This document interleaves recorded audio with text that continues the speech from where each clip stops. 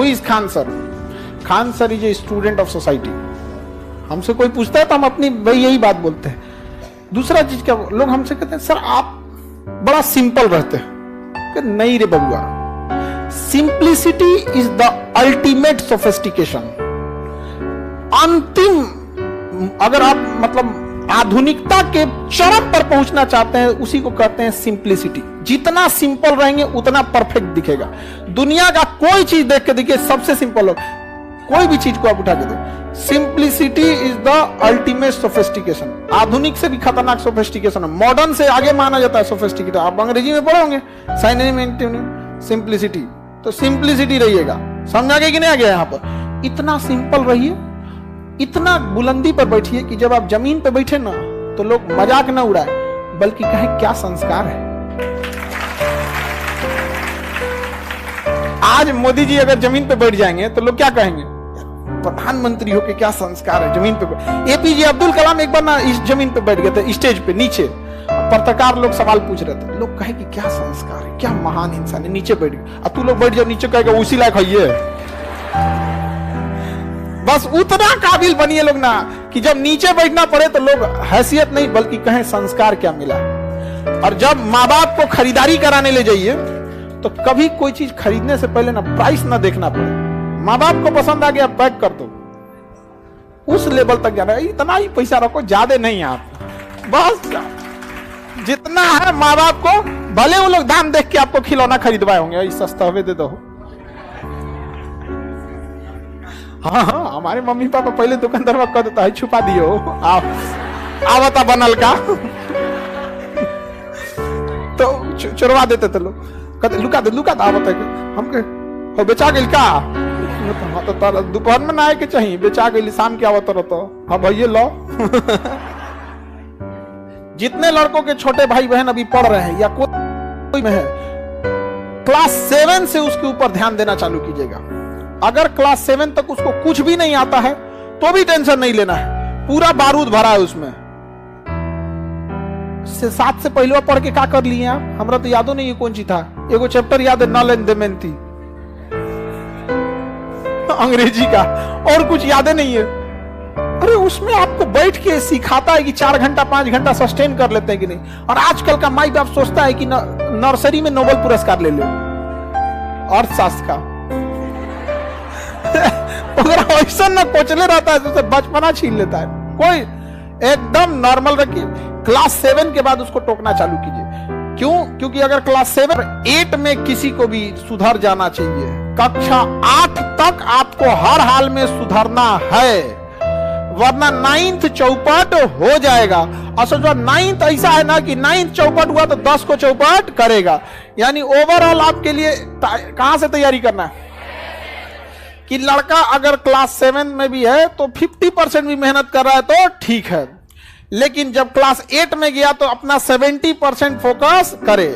70% समय पढ़ने में ना लगाए, मतलब जो टीचर बता रहे हैं उसको 70% कम से कम बुझा जाना चाहिए। समस्या ये नहीं है, लोग आरोप लगाते हैं कि मेरा बचवा नहीं पढ़ रहा है। हकीकत में उस बचवा से पूछिए कि मास्टर जो पढ़ा रहे हैं ना उसके दिमाग में नहीं घुस रहा है, वरना डाउनलोडिंग पावर तो उसका गूगल से तगड़ा है। अरे एक बार इंस्टॉल करके तो देखो, कभी डिलीट नहीं मारेगा वो। यहाँ पर अब गलती हो जाता है, पगला रहा है वहां पर। हमसे, हम क्लास 7 की बात बता रहे हैं, हमसे एक मैडम थी जो स्कूल में, तो मैडम ही लोग ज्यादा पढ़ते। उठो, स्टैंड अप, बताओ व्हाट इज इंडिया, भारत क्या है? इंडिया इज ए कंट्री बोलना चाहिए, हम डरा गए। India is a good citizen, Bharat एक अच्छा नागरिक है। बताओ ये कभी हो सकता है? हमें ये पता ही नहीं था कि सिटीजन मतलब क्या होता है। बस एक ही चीज का मतलब पता था कि इंडिया माने हमारा कंट्री, गुड माने बहुत अच्छा, इंडिया इज गुड सिटीजन। बस लाल डस्टर जो होता है ना मिटाने वाला, वो लकड़ी पीछा लगा होता, हाथवा उल्टा करके पढ़ता है तुम लोग, पढ़ता है तुम लोग यहाँ पे। हाँ, अब वही हम लोग बोलते पढ़ाती हैं आप लोग, तो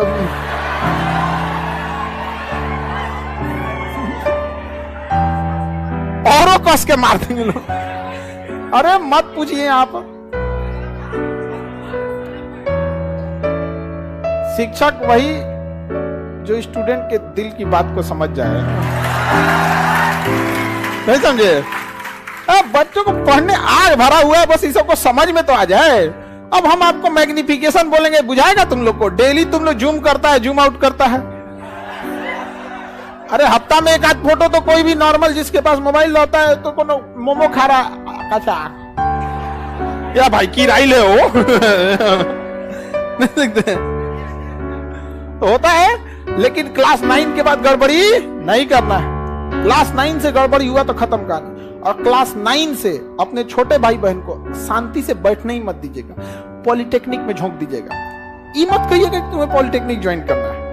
हम लोग की जीएस से तो हम लोग का कोई लेने देना नहीं था, हम लोग बीएससी करके बैठे हैं। वो तो पिताजी की स्ट्रेटजी ऐसी थी ना कि हम लोग जब क्लास 8 पास किए तो कहें कि अब तुमको गांव छोड़ देना है, अब तुम सैनिक स्कूल की तैयारी करो।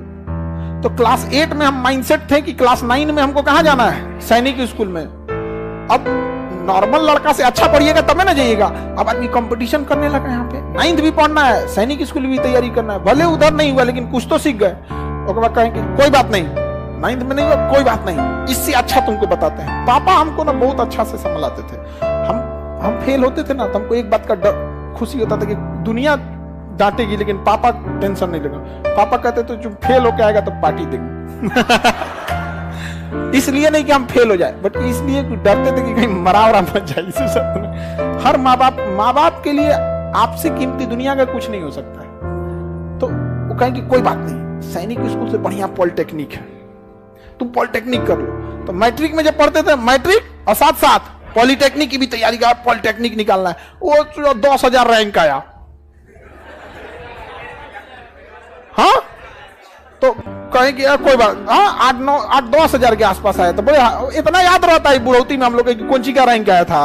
उस समय तो मैट्रिक का रोल नंबर याद था, अब थोड़े ना याद रहता है। लेकिन उतना तो हमको ये नहीं समझ में आ रहा था नहीं कि हो क्या रहा है मेरे साथ, लेकिन इतना समझ में आ रहा था, पिताजी को दिख रहा था कि इसका जो लेवल है वो एक मैट्रिक के लेवल से थोड़ा नॉर्मल उड़ गया। फिर 11th में तुम एक काम कर, एनडीए की तैयारी कर। एनडीए उससे जबरदस्त है, देख लेफ्टिनेंट बन जाएगा इतना कम उम्र में, खटाक से लाल बत्ती की गाड़ी मिलेगी, ये वो। तो तैयारी कभी छोड़ना ही नहीं है। आप अगर ग्रेजुएशन करके या इंटर पढ़ के घर बैठ गए रहते ना तो अभी जिस लेवल पे हैं इससे भी नीचे रहते कि नहीं रहते। इसलिए तैयारी छोड़ना ही नहीं है। और हम लोग से कोई हमसे एक आदमी पूछे कि सर आप अभी के हिसाब से आप अपने आप को क्या समझते हैं, कहता I am a student of society, मैं इस समाज का एक विद्यार्थी हूं। आप लोग के लिए हम शिक्षक हैं, but what I am a student of this society. ये समाज हमको डेली कुछ ना कुछ सिखाता है कि समाज इंतजार करता है कि आप कब गिरिए, हम गिद्ध की तरह नोचेंगे आपको। समझ में आ गया कि नहीं? हम हिंदुस्तान वाले अगर आगे ना भी बढ़े ना, शांति से टांग ना लड़ाए दूसरे के काम में ना, तो हिंदुस्तान में वो काबिलियत है 10 साल में इतना आगे निकल जाएगी कि अमेरिका, रूस, चाइना देखते रह जाएंगे। हम लोग परेशान किससे हैं? पैर खींचने वालों से, केकड़ा के बीच में नहीं, केकड़ा खींचते परेशान है हम लोग यहाँ पर। आप असफल होंगे, आपका परिवार से ज्यादा पड़ोसी वाला रह गए, बार बार पूछते रहता है। इसलिए टेंशन नहीं लेना है, टेंशन फ्री पढ़ना है। समझ में आ गया कि नहीं आ गया? यहाँ पर हर समय या तो आपको सफलता मिलेगी या तो अनुभव मिलेगा, एक्सपीरियंस या सक्सेस। और हमेशा याद रखिएगा, experience beats the knowledge. Experience हमेशा ना नॉलेज को पीछे कर दे। आईआईटी के इंजीनियर को बुला के लाइए, वो मिस्त्री को बुला के लाइए, खुलवाइए पंखवा, दाएं दाएं मार देगा, यहाँ टेस्टर लगाएगा, यहाँ पत्ती टेढ़ हो गया है, हवा नहीं दे रहा है वो अपन साइन थीटा कॉस थीटा करते रह जाएंगे। तो आपके पास क्या मिलेगा? एक्सपीरियंस।